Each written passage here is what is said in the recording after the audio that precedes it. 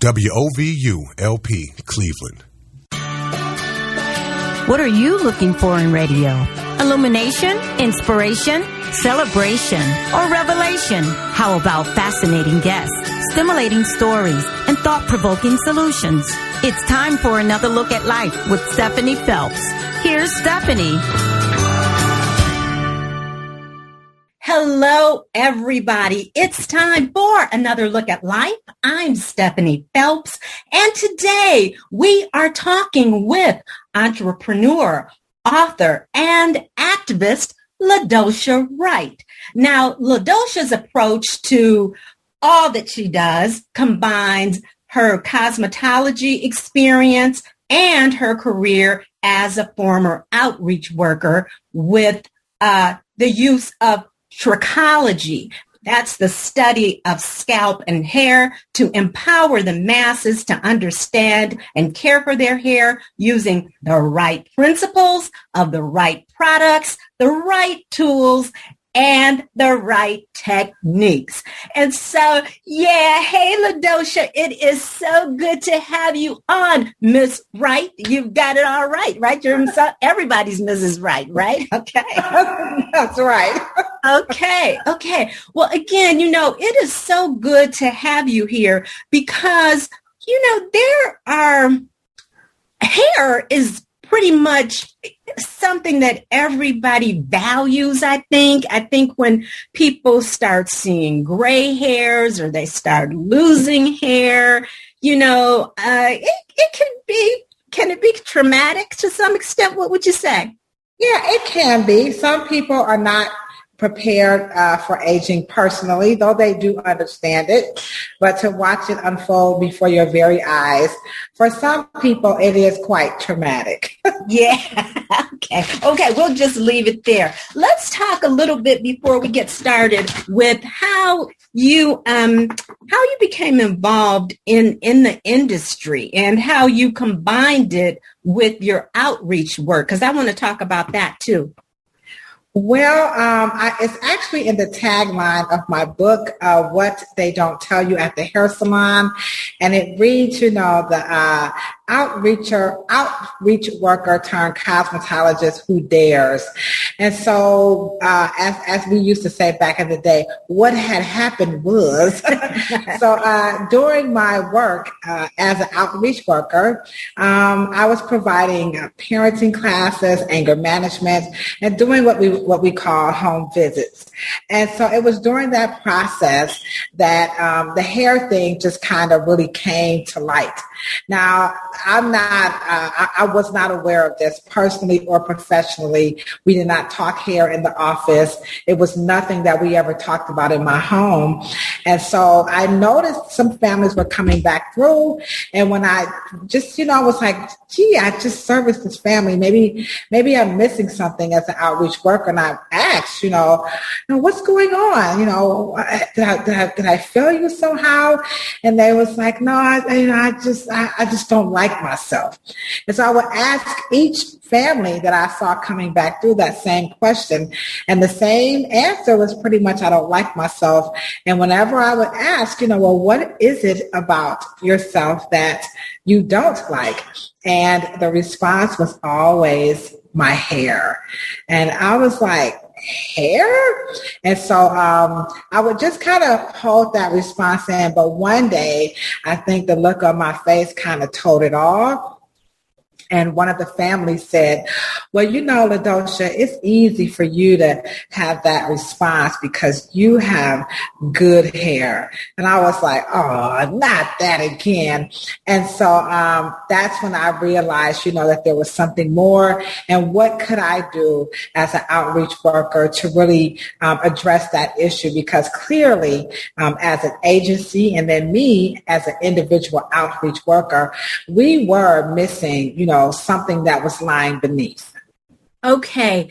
Yeah, so we're talking about beyond the aging where people have concerns about their hair, but what would you call that? Is it like esteem issues around? No, it's really not esteem. What we have to understand, and I'm learning this, I do have this context, from working as an outreach worker, working behind the chair and also doing a lot of research, is that we have to understand that America has not been nice to people of African ancestry with Afro-textured hair.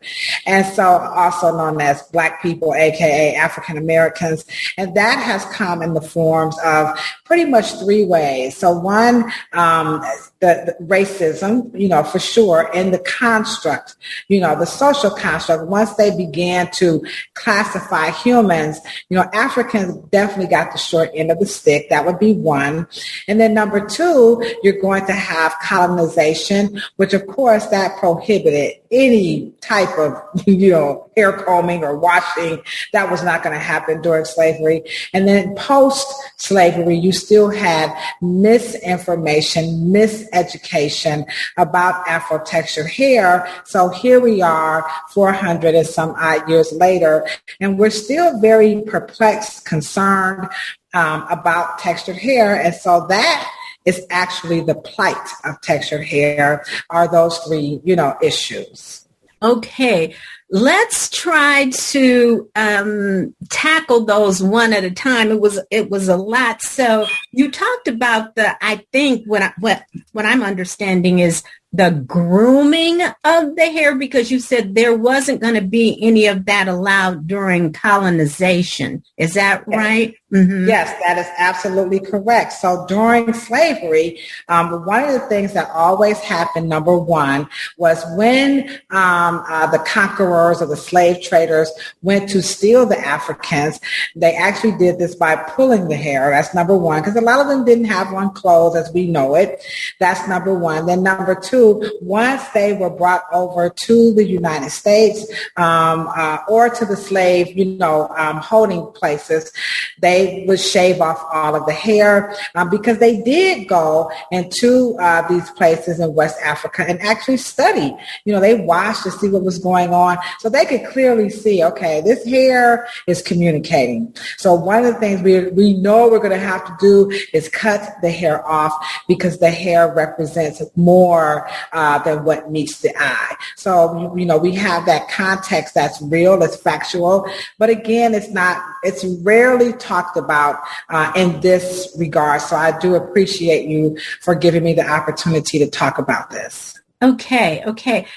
Let's talk a little bit more too about when you were doing your outreach work and people were saying, I just don't like my hair. And that's easy for you to say. You have the good hair. And so that's mainly around everything that's Black or everything about Black people is not good, right? And so the more your hair resembles what, would be Caucasian hair, the better your hair is. Speak to that.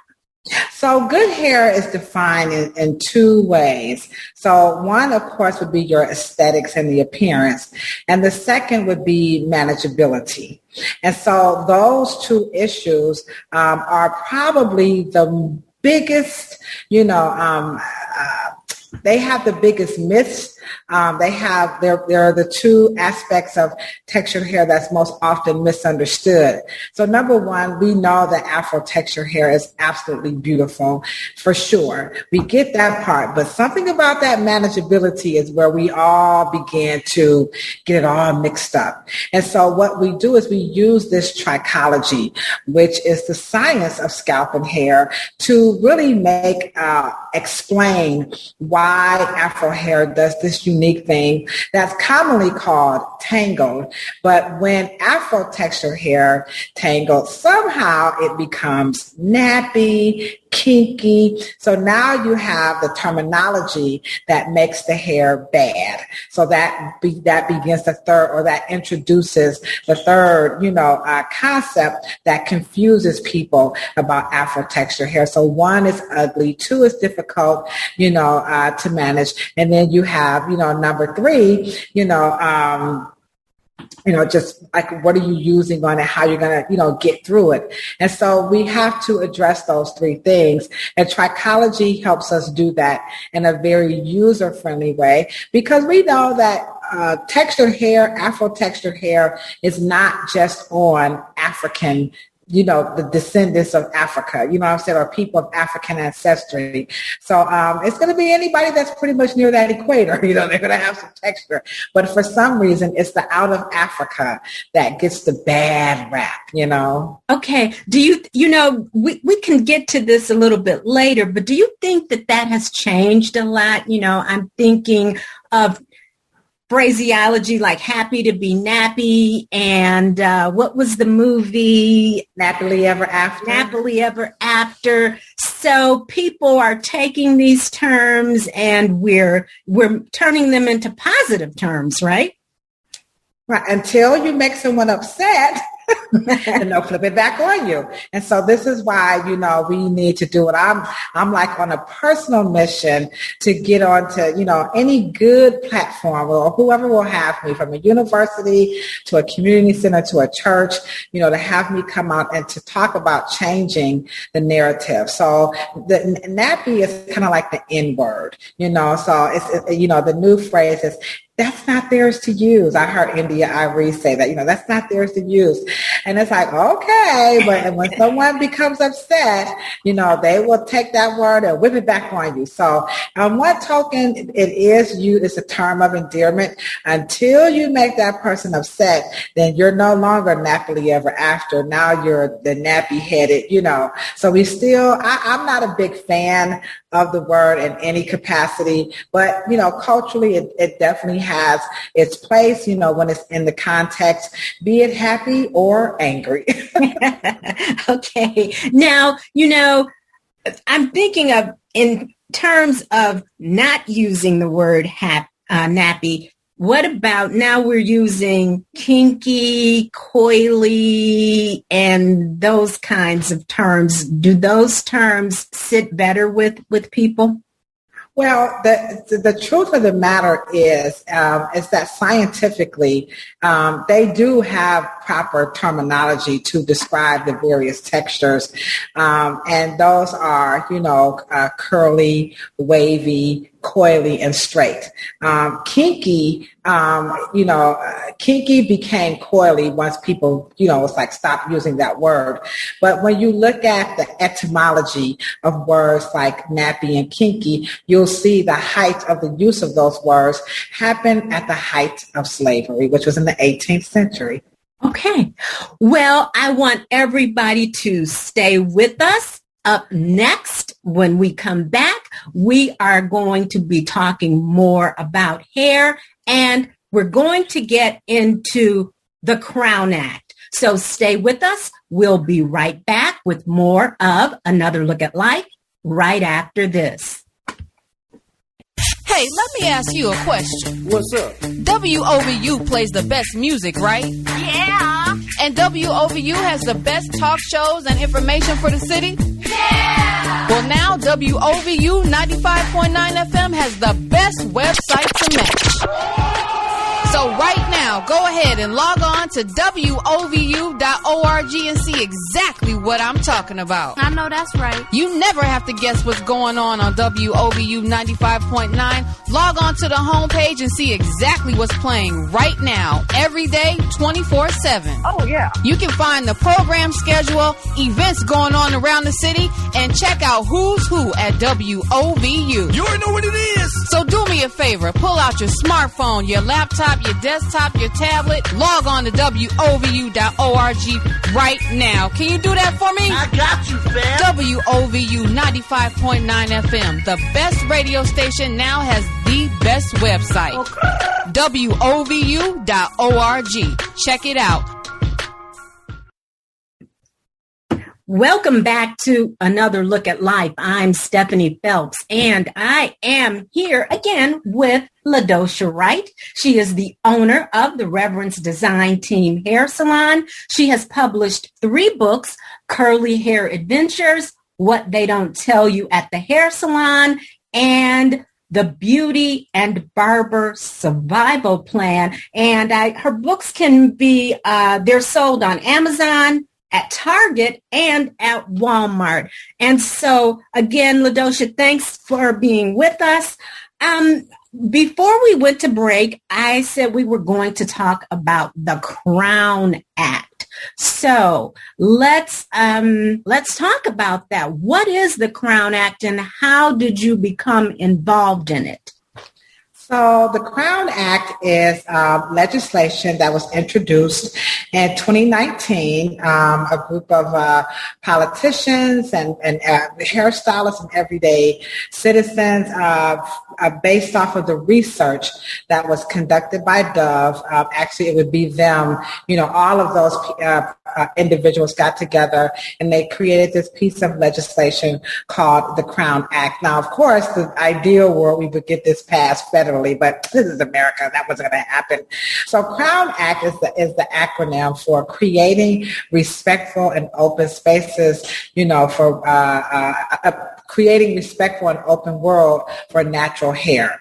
And so this act is to prevent hair discrimination and hair shaming in the workplace and schools and other, entities who have the ability to enforce image. And so it's the first state to adopt this and make it law would be the state of California. And then other states began to follow. Unfortunately, in the state of Ohio, it has not passed yet, though in other municipalities such as Akron, actually the city of Columbus and Cleveland Heights, the Crown Act has passed. But on the state level, it has not passed. When did the Crown Act begin, or when was there energy or motion behind, the legislation? So the Crown Act, I would say, the momentum had been picking up before 2019. Again, Dove actually was held accountable to some of its questionable, advertisement or marketing, that they had been having on TV. And so, of course, they were not aware. That's what they said, that what they were putting out was actually offensive. And so that kind of began, the movement, if you will. And so they, being responsible with their leadership, decided to do some research into this, and what they discovered was that they actually have a hashtag about, by the time you're 5 years old, this discrimination and hair shaming is taking place for little girls of color. And so that, their research, and then of course the public, their cry out for help, that began, the forming of the Crown Act. And so from there, it just kind of picked up from politicians who were beginning to wear their hair natural. Then, of course, the pandemic definitely, listen, we can't keep straightening our hair. We can't, because now we can't go to the hair salon. So you still have companies who are like, I don't care, that hair is unkempt, you're looking mighty worldly, you cannot wear those locks, you cannot, come to school, you can't graduate, you can't be a nurse. I mean, the list goes on and on and on. So, and then I think when the United States Armed Forces embraced the Crown Act, that definitely put the nation on notice that, okay, this Crown Act is some serious business, but Ohio is really reluctant in the Crown Act. Now, if people are concerned and want to make sure that Ohio passes the Crown Act so that it's not just sitting in the committee enforced, in Cleveland Heights, Columbus, and Akron, what should they do? And tell us how you became involved. Okay, so what they can do is email me at LaDosha W, that's LaDoshaW yahoo.com, and I will send you a pre-written letter along with a list of committee members that I believe it is actually sitting in the the Criminal Justice Committee. Don't ask me why it's sitting there. And so we want to write these committee members and ask them to vote it out so that we can actually take it before, the Senate and it can be introduced and perhaps it will be passed as law. So we don't want it sitting there like Bill. You remember that song? Well, today I am still just a bill. So we don't want it sitting there on Capitol Hill. You know what I'm saying? So if you email me, I will send you the list, and then you just ask them to vote it out so that we can introduce it into law and perhaps it can be voted on and be passed. And I became interested in the Crown Act because as a cosmetologist, of course, I'm going to, stand behind my people to wear their hair as it is. And my hair is the same way. So I don't want anybody telling me how to wear my hair too, but there are people who are against the Crown Act in Ohio, and it's not just quote unquote white people. So you have people from all walks of life and various professions who feel they have a right to how they want their companies represented. And if they don't want a person with textured hair or locks representing their company, they have a right to do that. And we're saying that's discrimination. So please email me so we can, let our voices be heard. Now I'm looking at just a little bit of information. I believe this is House Bill 535, also known as the Crown Act. And I want to know, do you know where the progress is right now? Like, how far are we into getting this passed? Okay, so we know that State Representative Juanita Brent, she is she reintroduced it. Okay, and so that's where it's at now. It's been reintroduced. They tried it before, and so it just sat. And of course, they're saying, well, the pandemic made it sit there. Like, well, y'all was passed for other, But anywho, so the pandemic kind of got it, pushed it aside. So she reintroduced it under House Bill 535. And so that is the status. It is sitting actually in the Criminal Justice Committee, and they're just sitting. They're not going to vote on that. They're like, we got other pressing issues. So we're asking the public to help us, by writing these lists or emailing these lists of politicians that's on the committee and asking them to just vote it out so that we, meaning Juanita Brent, can introduce it and we can go down to Columbus. And of course, now we'll get a chance to, stand in front of the speakers and the representatives and let our voices be heard. And then maybe they will say, yay, we are going to pass the Crown Act. Okay. If people want more information, would they go to the Ohio State Representatives? Yes, you would visit Juanita Brent's State Representative Juanita Brent, her page. You can still visit, Dove, the Crown Act, and they do have a signed a petition, but that's going to be, just nationally. But if you want to be specific, I would visit State Representative Juanita Brent's page, and then you will get more information. But if you email me, because we are like her little soldiers, so we can definitely get that information to you probably a lot faster because we don't have aides, so I'm just sitting at my phone. Let me just send this email back so I can get to you real fast. Right. Now, just a little bit more before maybe you can give your email address again.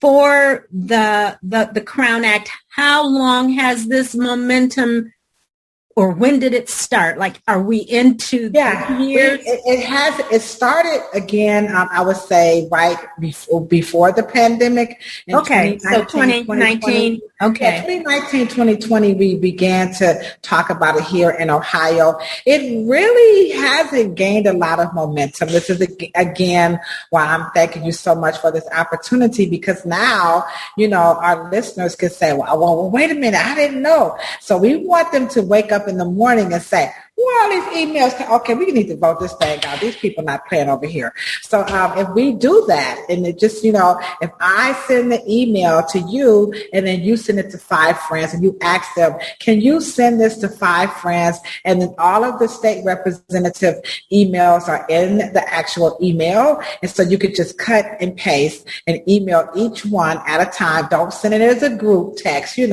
but a group email. So just email them individually. It took me about 15 minutes to email that list, and you can add more to the letter if you want to, but it does work. This process in America, people don't believe it works, but it does. It does work. Okay, and give them your email address again. So again, you can email me at ladoshaw@yahoo.com, and you spell that LADOSHAW@yahoo.com. And I do check my spam. So Okay.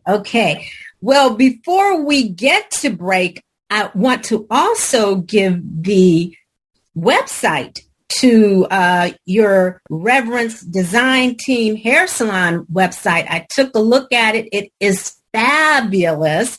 And so you might want to go there, and that's rdthairsalon.com. So RDT for Reverence Design Team Hair Salon.com. And so I want everyone to stick with us.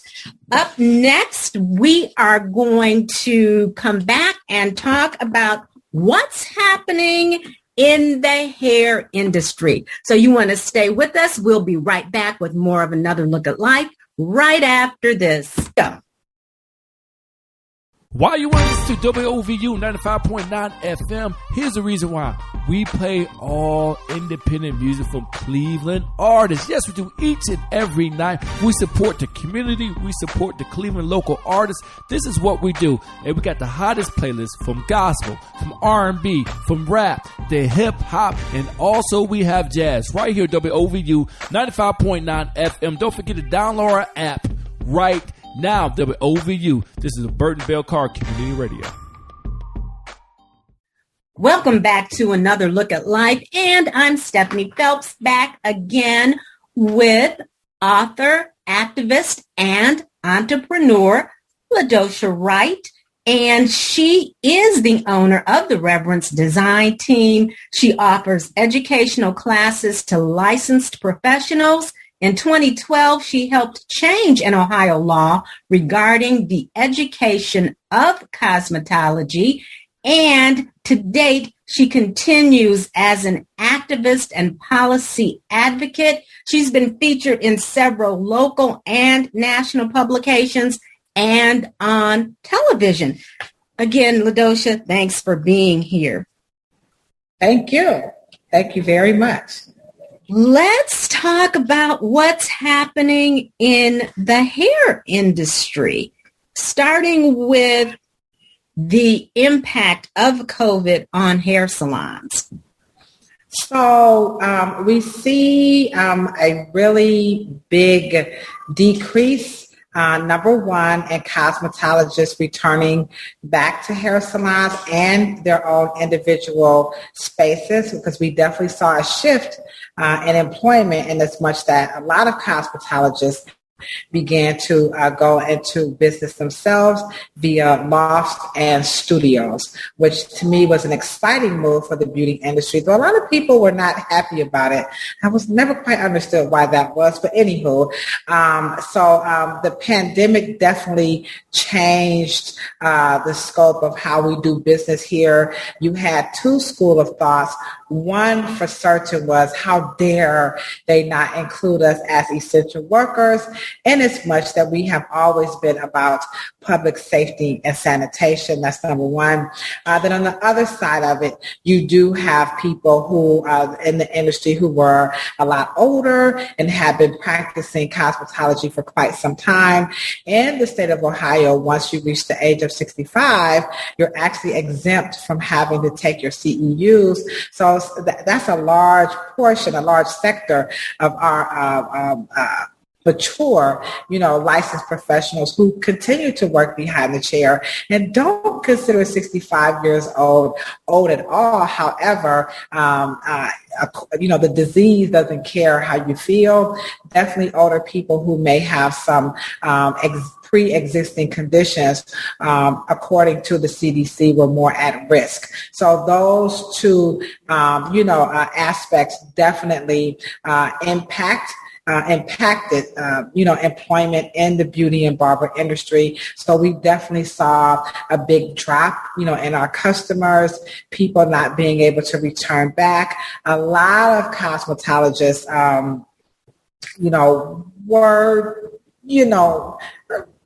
a lot of them were Trump supporters, and so they did not want to do the mask. So we saw that immediately coming up, that, they didn't want to wear the mask, and some of them just actually, I'm closing my business.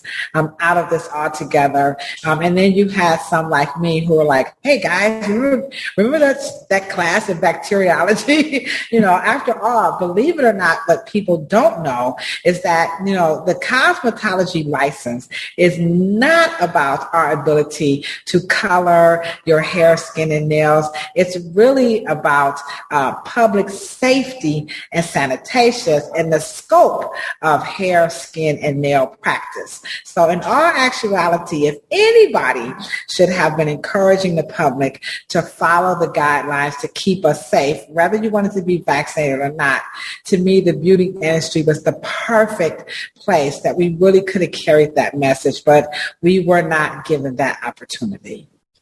Weren't given that opportunity. Do you think things are going to bounce back in the industry where more people are going to come back and get their hair taken care of? And with the I don't know if it's a trend with the natural hair, but do you think cosmetologists are going to need to learn more about natural hair care?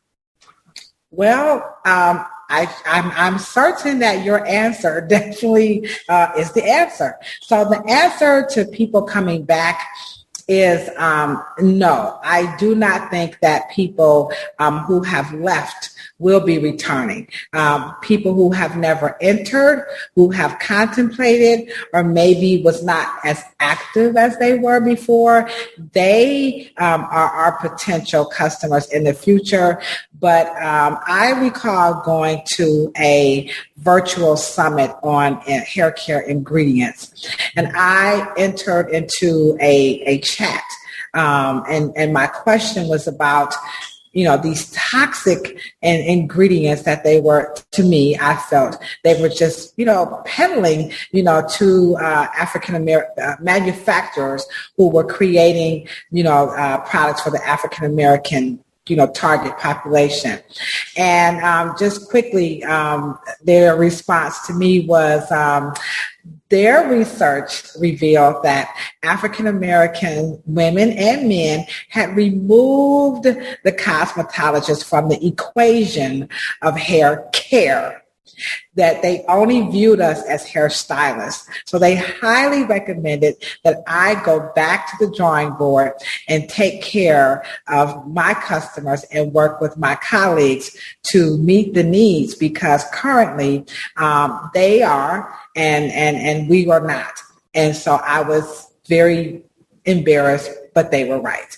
Cosmetologists and barbers have not been on the pulse of their consumers when it comes to their customers, rather, when it comes to hair care, which is different from hairstyling. And so now the pandemic, it definitely became an easy out where you're like, I didn't want to go back in the first place, So that lost a segment. And so, of course, some cosmetologists, couldn't recover, especially if their business primarily focused on hairstyling and not hair care. So when the pandemic happened, people were running to all the beauty supply stores. I mean, you heard Target and Walmart, they said that their color sales soared and product sales soared, and hair salons were like, what? But if you were a salon like mine and all the others where education is a part of the service, of course, we reap the benefits. Mm-hmm, mm-hmm. Well, let's talk about education since we're talking about hair care. What kind of education is essential for the cosmetologist? Well, unfortunately, and a lot of people might be surprised to hear this or maybe not, but here in the state of Ohio, there is a big push to lower the standards of education. As a matter of fact, it's happening all across the United States. So we know that the minute you begin to lower the standards, what you are really talking about is deregulation. And so my activism is around this cannot happen. The cosmetology has such infinite income earning, educational, the list goes on, potential. And it would be nice if our industry could be researched a little bit more so that, we can expand it. But right now, there's a big push to lower the standards of education in cosmetology, and we are not winning. So we need the public to really speak up and say, we really prefer a more educated, person taking care of our hair. But as it stands right now, the public has pretty much expressed, we don't care if you have license or not, just do our hair. So I would like to see that change, but, that's just me. Now, isn't there like a middle ground? Because I know people who were doing natural hair, they are expected, I think, still to get that cosmetology license, especially the braiders. I remember some talk about that. If that makes sense. So that was my big push. I actually reached out to Mama Africa. And about 2011, I emailed every single cosmetology school on the continent of Africa. And the first school to respond, school owner was Fatou Sangay, and she's the owner of the Gay and Jewel Skills Academy. And she flew here to America to speak at the state board of cosmetology meetings to plead with them that natural hairstylists needed to be educated, because I don't know how this happened, but for some reason, politicians were of the notion that like all Black people just knew how to do like cornrow braids and natural hair. And the natural hair movement came from the public. It became they coined this phrase like natural hair. And it's like, in the world of cosmetology, our hair is natural because it grows from your scalp. So we're sitting back like, how do we miss this? And that's because, we're in the hair salons. We're not out there in the public. And then social media, the beauty industry was not prepared. They were ill prepared. They refused to accept technology. And so social media, they beat us to the punch, and YouTube with the, do it yourself. And that really, that became the beauty industry's competition. So traveling to Africa, I was able to write the cosmetology curriculum for Senegal and West Gambia, and partner with the Cleveland Public Library to install a classroom-size library inside this cosmetology school called the Right Library to demonstrate the need for more and expanded education in cosmetology. So we've been very successful in West Africa, and it's actually spilling over into other parts of Africa. Unfortunately, America, we're just still, the education, there is a belief that the population who are interested or is already in school to become a cosmetologist, if you raise the standards, that they won't be able to, take the rigors of more education, which we know who the population is, and that is African American women and your LGBTQ community. And we're like, what does that have to do with the person? Yeah, wow, that's something. Well, you know what? Before we end this segment, I want to get to hair products. and the right products. Talk about those. So hair care products are definitely the latest, the biggest craze in hair care. Everybody's making their own. You have celebrities, you have hairstylists and so on and so forth. So the hair care product segment in the beauty industry is definitely taking a big turn towards and moving back to African Americans once again. And so what I would like to inform all the listeners to remember is that when chemists, create hair care products, they do it according to textures and type, not the color of your skin. So buyer beware of products that market to you because you're Black or because of your ethnicity, simply because all people of the same race or ethnic background do not have the same texture or type. So when you are shopping, look for the language of the texture or the goal that you have with your hair, or even an issue you might be trying to resolve, versus something that reads, for women of color or for Black women. You want something that's more specific. Okay, great advice. And so we're going to talk more with LaDosha Wright. She is the owner of the Reverence Design Hair Salon. Stay with us. We'll be right back with more of Another Look at Life after these messages. What's up, Cleveland? It's your girl, Jazzy J, and I just want to know, have you downloaded our app yet? Yes, our app for Androids and iPhones. All you got to do is go to your app store and download WOVU 95.9 FM, and you can listen to us anywhere. Welcome back to Another Look at Life. We are in our last segment, which I think this has been quite a conversation all about hair and all about the importance of hair, including legislation so that we can wear our hair however we want to. We are talking with LaDosha Wright. She is the owner of the Reverence Design Hair Salon. She's published several books and also was invited to Gambia in West Africa. So we want to talk a little bit about that. Let's talk about the Ubuntu Hair Project.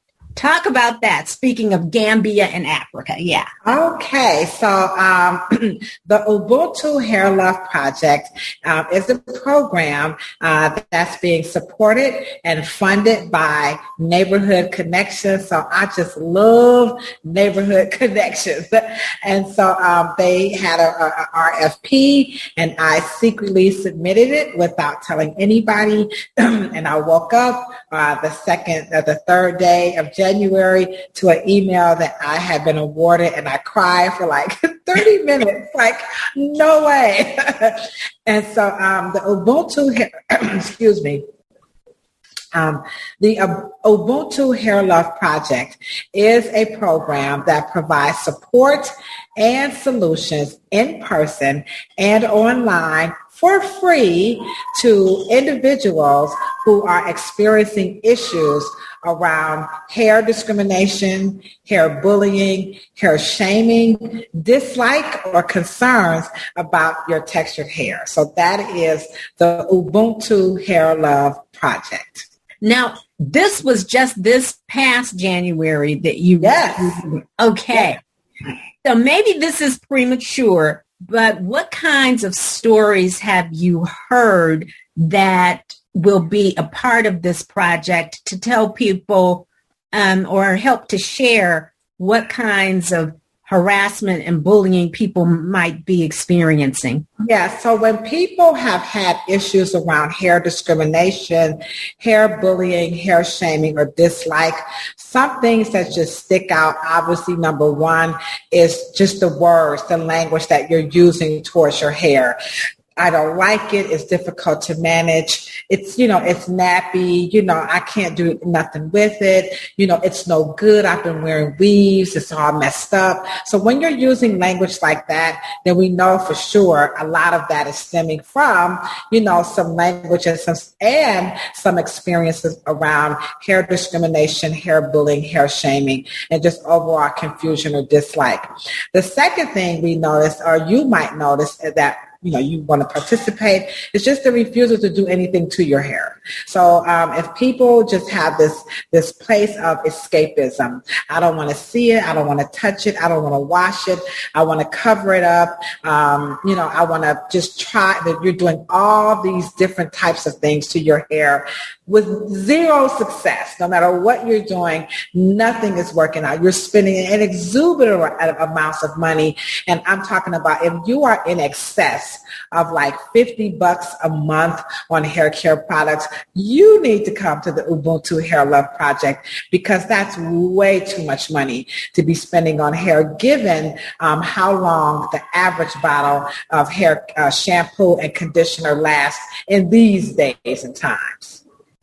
Wow. Yeah. So if people are feeling this way, what is the major goal or mission of the project? So the project number one is we're going to do something, to me, that's very unprecedented. So number one, we're going to take the participants on a 4-week journey, starting with the history of textured hair that's never been told, or you just need to have it validated. Like, I've heard it, but nobody ever believes me. So that's number one. Then number two, we get to discuss it. Let's talk about it. And then the beauty of it in the end is the actual solutions. And so a lot of time people feel like there's nothing you can do for my hair. It's done. It's over. This is not specific to women. It's not specific to men. It's not specific to those who identify as male or female. The program is for adults, so you do have to be 18 and over. But again, these are parents who have children at home. So the solutions will definitely be a way to offer some support. Okay.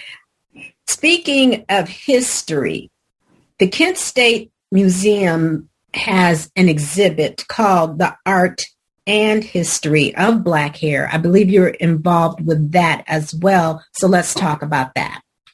Yeah, so when we talk about history in the Ubuntu Hair Love Project, I deliberately use the Textures book.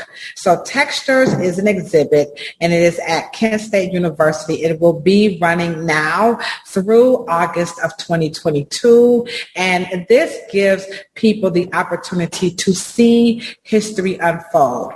So let's say, for example, there is a belief in a lot of African Americans, subcultures, that, Black people do not have to comb their hair. And so what we like to do is to bring this to life, that is untrue, because in writing as well as in the exhibit, you will have the opportunity to see combs, actual combs that predate Christ. So we know now, like, what are you saying? Yes, you'll also see hairstyles that, we might say, oh, you can't wear cornrow braids to work. Those are bad.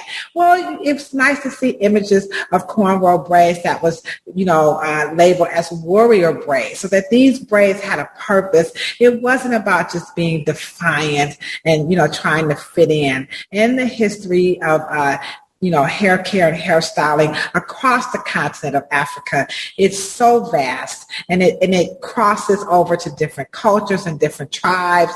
And so we see that in the cornrow braiding styles that has its roots in Ethiopia, but it made its way all the way back over into Egypt. So we see this exchange of the cultural and tribal practices of hairstyling on the continent and right here in the United States. So this is the context that we're talking about inside of the Ubuntu Hair Love Project, and encouraging people to visit the museum. But the book, Textures, is definitely a wonderful user-friendly tool to make everybody feel empowered and very comfortable.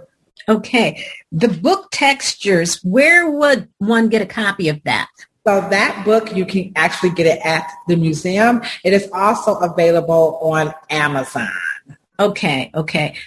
You talked about not combing the hair.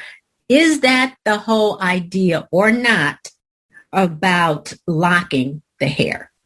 Well, locking the hair, you have two, school of thoughts when it comes in practices to locking hair. So one is what they call dreadlocks, which is to just not comb the hair and just let it lock naturally. And so the hair begins to mat and form into its own, style. So that's one form. And then two, you have the actual hairstyle, of locks where you can do palm rolling. And so lock styling is different from dread styles in as much that you're going to actually create a coil or a twist or a braid, or you can even enhance that or embellish it with fake hair or human hair to create what they call a faux lock. So those are the 2/3 ways that you can create this lock style.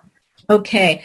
Would you say that, especially as it concerns locks, it's more about an attitude? Because anytime anybody hears the word dread associated with something, it sends a negative connotation. Would you say so or not?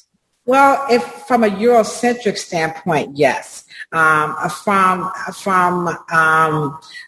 don't want to say Afrocentric because dreads are worn by people all over. And so those dread styles, they come out of Africa, but they do cross cultures. But most commonly, we know they come out of Jamaica. And so the dreads itself, it does not have a negative connotation if you are in the Rastafarian culture or the culture of people who wear their hair and let it just do what it naturally does. And so Rastafarians are most popularly known for wearing that, but you do see other cultures of people across the planet, who wear these dread styles, but most commonly the Rastafarians wear the dreads, and it has a very different esoteric meaning. So for people who wear them, it is most certainly not offensive. So again, that's just going to depend on your culture, who you're around, how much you know, how much you don't know. So, but for the most part, people who wear the dreads and call them dreads, they're very comfortable with that terminology. Okay, good enough. So one other thing before we get out of here is, where do you see hair trends, I guess I want to say, for Black people, and I would think specifically for Black women? Well, if you join us, every Sunday at the Reverence Design Team Hair Salon and participate in the Ubuntu Hair Love Project. Again, you can email me to get that Zoom link as well at the same email address, ladoshaw@yahoo.com. And you can call me here at the Reverence Design Team as well, and we can discuss those trends. But the trends right now that we're seeing when it comes to Afro textured hair, number one, is your shorter, natural hairstyles that are heat-free. So those are definitely going to be, very trending because I think Viola Davis, definitely, she rocked it well, and just people were like, let me just go for what I know. So your shorter hairstyles, number one. Number two, hair color will just never leave. So whether you're doing henna or you're going to remove color and turn yourself blonde, or you're just going to do something like what I have, fiery red and copper. So hair color never goes away. And then three, just embellishing that texture more with fingers and rollers. So those three things are definitely trends that you're going to see, on Afro textured hair. And then, of course, the silk press will just probably never go out of style. That's what I was going to ask you about, the silk press. So the silk press will never go out of style. And as far as relaxers go, what's up with the relaxers? Relaxers are, to the public, they're making a comeback. In the beauty industry, they never left. But the media control the narrative. In hair salons, relaxers are there, but now you have these specialty salons who do them and who don't do them. But relaxers are safe. Even though people are talking about, well, I read research, you have to read the actual research. So I encourage everybody, go to Google Scholar and look at some medical journals to read the actual research. Don't read reporters who extract and report it and give their narrative on it. Read the actual research, and it does say that relaxers do not cause cancer. And people are like, you're making it up. I'm like, okay, guys, so look it up and you'll be surprised. They are safe. Now, they've never recommended them for everybody, never. So just, use some discretion.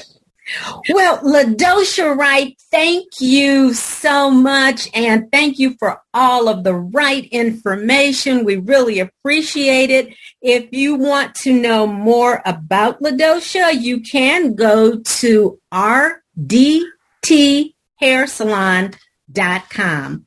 And I want to thank everyone for joining us and invite you to come on back next week when we take another look at life.